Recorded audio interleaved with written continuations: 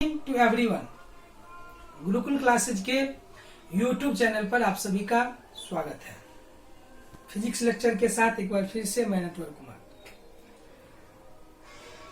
पिछली कक्षा में हम पढ़े थे ohm's law microscopic level 10 to the power -6 मतलब इंटरनल स्मॉल स्केल पर।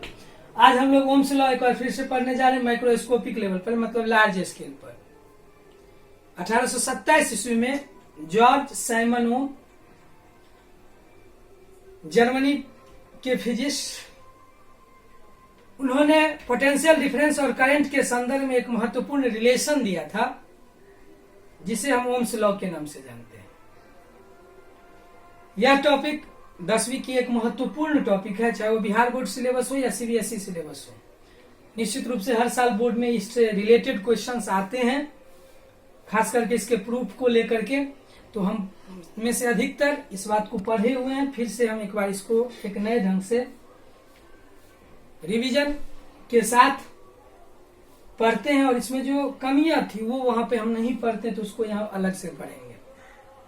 काफी इंपोर्टेंट टॉपिक है ओम्स लॉ। 1827 ईस्वी में जर्मन फिजिस्ट जॉर्ज साइमन ओम के द्वारा दिया गया।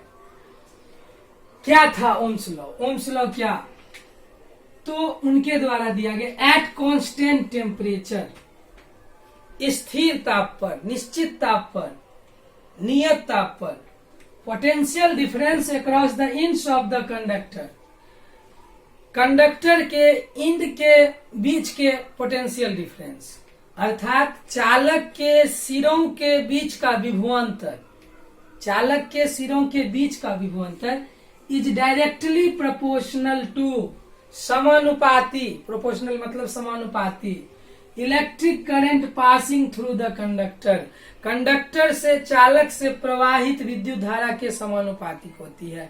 और इसी बात को हम हिंदी में कहें तो हम कहेंगे निश्चित ताप पर, नियत ताप पर, स्थिर ताप पर चालक के सिरों के बीच का विभवांतर चालक से प्रवाहित विद्युत धारा के समानुपातिक होता है। यही ओम्स लॉ, ओम के नियम के नाम से जाना जाता है। इंग्लिश में हम कहेंगे at constant temperature the potential difference across the ends of the conductor is directly proportional to the electric current passing through the conductor.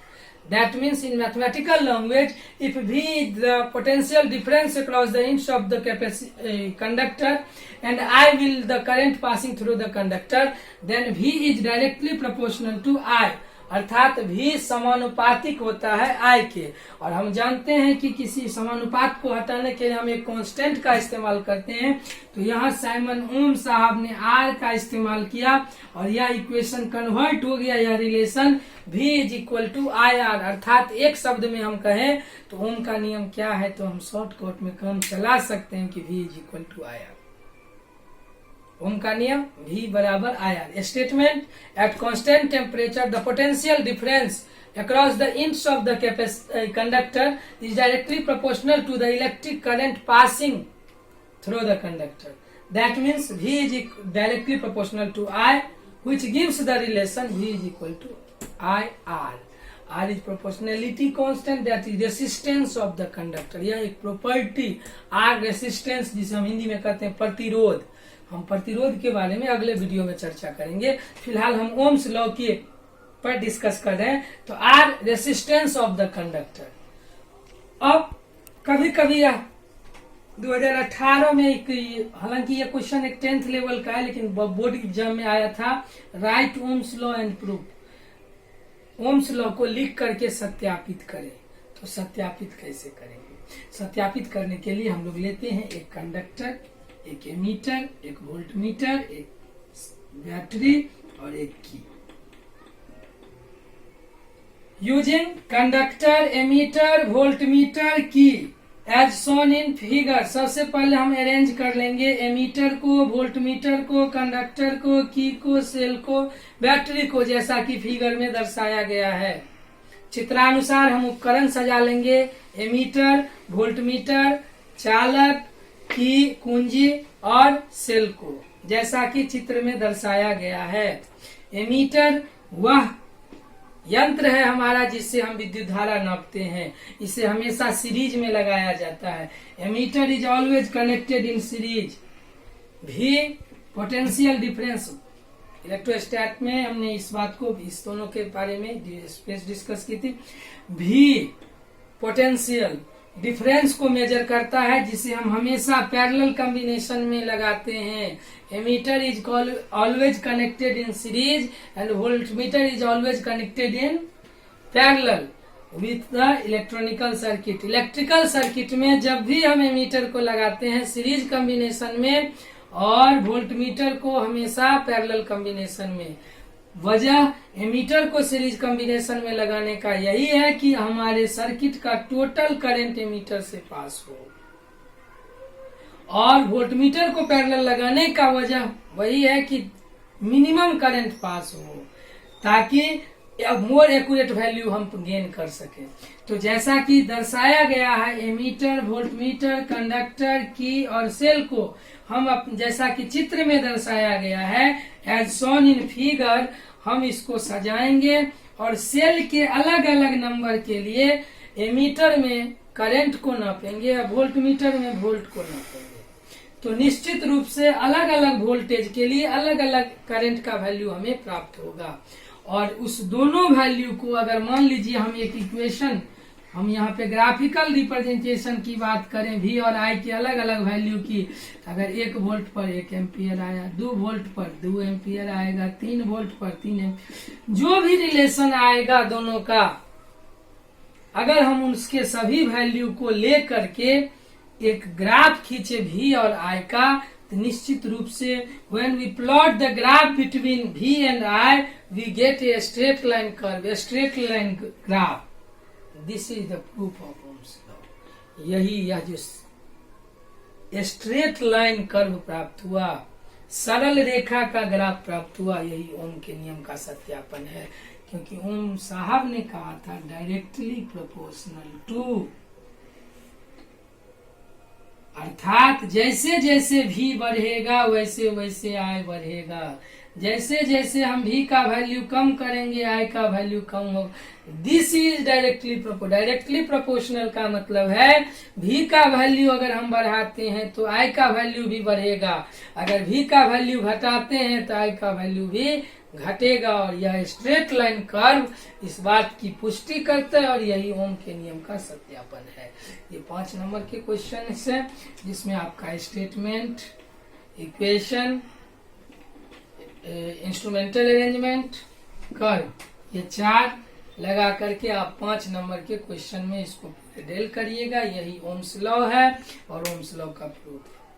इससे हमें प्राप्त क्या हुआ, अगर हम लोग भी और ग्राफ का स्लोप देखें तो यहाँ पे स्लोप जो प्राप्त होगा v बाय आई मतलब r का value, that means the slope of v and i gives the vi curve gives the value of resistance, अर्थात कंडक्टर के रेसिस्टेंस का, प्रतिरोध का मान देगा v और i का ग्राफ। अगर हम IV का ग्राफ प्राप्त करें तो IV का ग्राफ भी स्ट्रेट लाइन होगा, लेकिन उसका जो स्लोप देगा वह रेसिस्टेंस का उल्टा गुण होगा, 1/r का वैल्यू देगा, जिसे हम डिफाइन करते हैं G के टर्म में, जिसे हम कहते हैं कंडक्टेंस।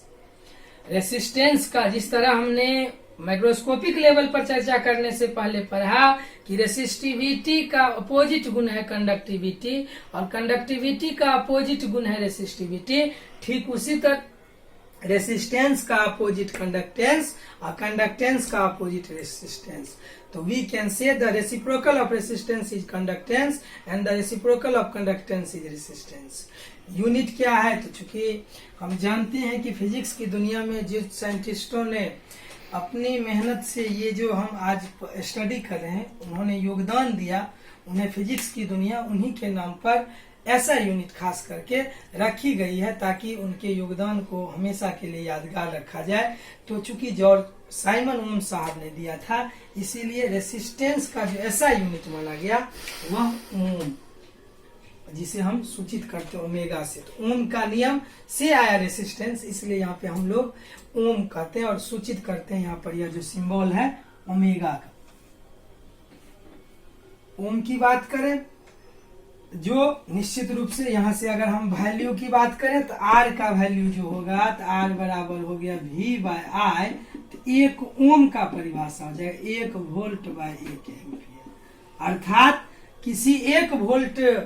किसी कंडक्टर से 1 वोल्ट पर 1 एम्पियर की धारा प्रवाहित हो तो उसका रेसिस्टेंस कहलाएगा 1 ओम। तो रेसिस्टेंस का परिभाषा हो गया, ओम का परिभाषा हो गया वोल्ट पर एम्पियर। अर्थात एकांक विभवांतर से अगर एकांक विद्युत धारा प्रवाहित हो तो उसका प्रतिरोध 1 ओम कहलाएगा। ऐसा यूनिट रेसिस्टेंस का ओम हो गया। हमने यहाँ पढ़ा कि रेसिस्टेंस का उल्टा कंडक्टेंस और कंडक्टेंस का उल्टा रेसिस्टेंस। तो निश्चित रूप से कंडक्टेंस का जो यूनिट होगा वह ओम का उल्टा होगा।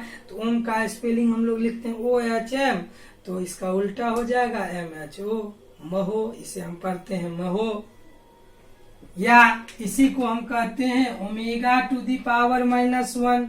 कुछ किताब इसको उल्टा ओमेगा भी लिखते हैं, जैसा कि सिंबल में दिखाया गया है। उनका पूरा नाम था जॉर्ज साइमन ओम। तो केमिस्ट्री में हम लोग कंडक्टेंस के लिए साइमन्स का भी प्रयोग करते हैं। साइमन ओम, तो ओम का उल्टा साइमन। तो हम लोग केमिस्ट्री में साइमन का भी इस्तेमाल करते हैं, इस सिंबल का भी इस्तेमाल करते हैं, ओमेगा टू दी पावर -1 का भी इस्तेमाल करते हैं और महो का भी। हालांकि सबका मीनिंग एक ही है। अब इलेक्ट्रॉनिकल सर्किट में रेसिस्टर को, जिसमें रेसिस्टेंस का गुण हो, उसे सूचित करते हैं या, और इसमें अगर एरो का निशान लगा हो तो इसका मतलब है कि रेसिस्टेंस वेरिएबल है। ए मतलब एमीटर, V मतलब वोल्ट मीटर। ये जो सिंबल है यह की। इसी प्रकार आप इस तरह से अगर एक प्लस और एक माइनस का दें तो ये हो गया सेल, और अगर एक से अधिक जोड़ दें तो यह हो गई बैटरी। तो इस तरह से आज के लेक्चर में हमने पढ़ा ओम्स लॉ। उम्मीद है बेहतरीन लगा होगा आपको। अगर कोई समस्या है, क्वेश्चन प्रत्येक किताब में बहुत सारे न्यूमेरिकल्स क्वेश्चन है, आप सॉल्व करेंगे। अगर कोई दिक्कत होती है तो कमेंट बॉक्स में जरूर डालें, और वीडियो के बारे में भी कमेंट करें ताकि हमें अगले वीडियो में और भी ऊर्जावान होकर हम आपसे जुड़ सकें। तब तक के लिए दीजिए हमें इजाजत। स्वस्थ रहिए, सुरक्षित रहिए, घर में रहिए। ओम्स लॉ को आज हमने पढ़ा, इसकी कमियां क्या है, क्या सब दोष था ओम्स लॉ का, इसको हम लोग नेक्स्ट क्लास में चर्चा करेंगे। बोर्ड एग्जाम में लगातार यह क्वेश्चन आते रही है कि right the limitation of Ohm's law, 2 number का क्वेश्चन है। तो आज हमने ओम्स लॉ को उसके प्रूफ के साथ पढ़ा है। नेक्स्ट क्लास में हम लोग लिमिटेशन के बारे में पढ़ेंगे। धन्यवाद।